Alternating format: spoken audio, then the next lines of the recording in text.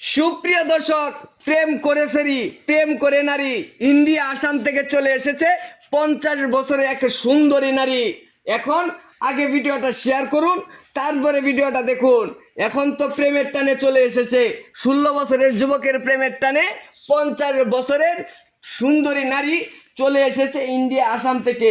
মূল বিস্তারিত তাদের মুখ থেকেই শুনি। এই ছেলে, তোমার প্রেমের টানে যে মেয়ে ডায়া বললো, এখন তুমি কি করবা?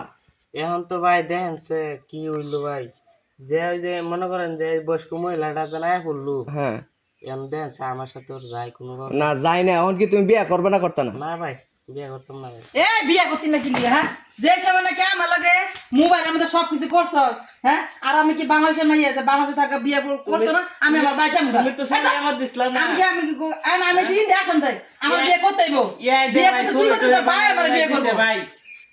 বিয়ে করতে আমি না। ভাই বিয়ে করতাম না ভাই।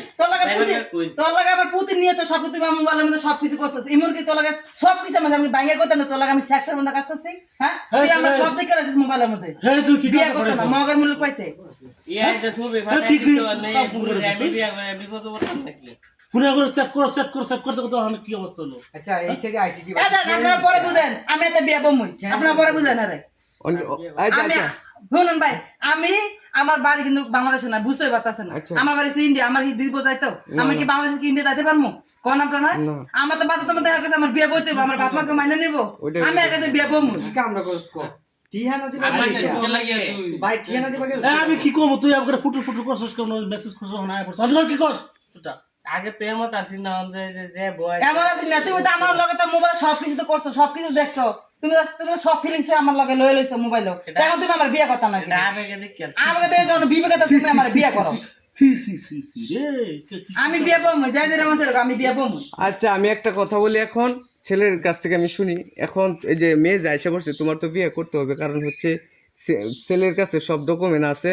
আমার কাছে সব আছে। আপনাদের মেসেজ দেখতেছেন ভাই, আমি সবকিছু দেয়া মুখে রে। এই যে আমার প্রতিনিয়ত সবকিছু হইছে। আচ্ছা, বুঝলাম। না ভাই, যে দেখেন আমার বয়স সাথে ওর বয়স কোনোভাবে যায় দেন না, বয়স যায় না, কিন্তু তুমি যে কাজটা করছো এটা বয়সের মতোই করছো। এখন যে মেয়েটা চলে আসছে এত দূর এত আমি কি যাইতে পারবো ইন্ডিয়া? আমার তো বাংলাদেশে থাকতে হইব, নাহলে আমার জেলখানার ভিতরে যাইতে হইব। দুইটার একটা, নাহলে নিজে আমার বিয়ে করতে, নাহলে আমার জেলখানার ভিতরে যাইতে। তুমি কি করবে দেখো? তুমি আমার লাগে 2-3 বছর প্রেম কইরা সবকিছু কইরা কেন আমি তোমার আব্বাতে বিয়ে বমু কি লিগা? আমি তোমার লাগে প্রেম করছি, তোমার লাগে সবকিছু দেখছি, আমি তোমার কাছে বিয়ে বমু। ছোট মানুষ বেয়াদব সিরিয়াস হতে পুটু ভাই ইজ্জত একবার নষ্ট করেছে। বেয়াদব ছেলে নাম আবার দেন কেমন কত নাম্বার ফাজিল। হ্যাঁ, আমি জানতাম না বাংলাদেশের মাঝে এত ফাজিলের ফাজিল। হ্যাঁ ভাই, বাপের কথা কই, আমি কার বাপের কাছে সব প্রতিনিধিত্ব করছি। আমি তোর কাছে সম্পর্ক করছি 3 বছর ধরে, ওর সাথে আমার সবকিছু হয়েছে, শুধু বিয়েটা সারা কবুলটা সারা। মুখটা মধ্যে কিছু আচ্ছা, সুপ্রিয় দর্শক শ্রোতা, এটা একেবারে কাহিনীটা একেবারে বড় হয়ে দাঁড়াইছে। এখন দেখা গেছে এটা আমাদের এই সমাধান করা এটা কোনোভাবেই সম্ভব হচ্ছে না। এটা হচ্ছে পুলিশ প্রশাসন ছাড়া কিছুতেই হবে না। যেহেতু ইন্ডিয়া আসাম থেকে মেয়েরা চলে আসছে, এখন এই ছেলের বয়সটা কম, মেয়ের বয়সটা অনেক বেশি। এখন কি করবে এলাকাবাসীও এখন বুঝতেছে না এখন কি করবে। এখন কথা হচ্ছে পরবর্তী আপডেট আপনাদেরকে দেখাবো। এই পর্যন্ত সবাই ভালো থাকুন, সুস্থ থাকুন, আল্লাহ হাফেজ।